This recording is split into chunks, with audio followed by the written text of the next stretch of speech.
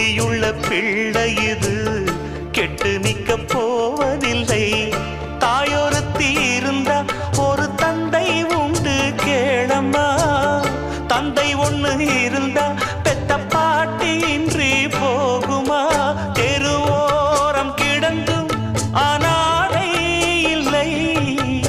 உறவென்னை வெறுத்தால் தினம் தருவேன் தொல்லை. கெட்டாலும் பட்டாலும் உன் பேரந்தான்.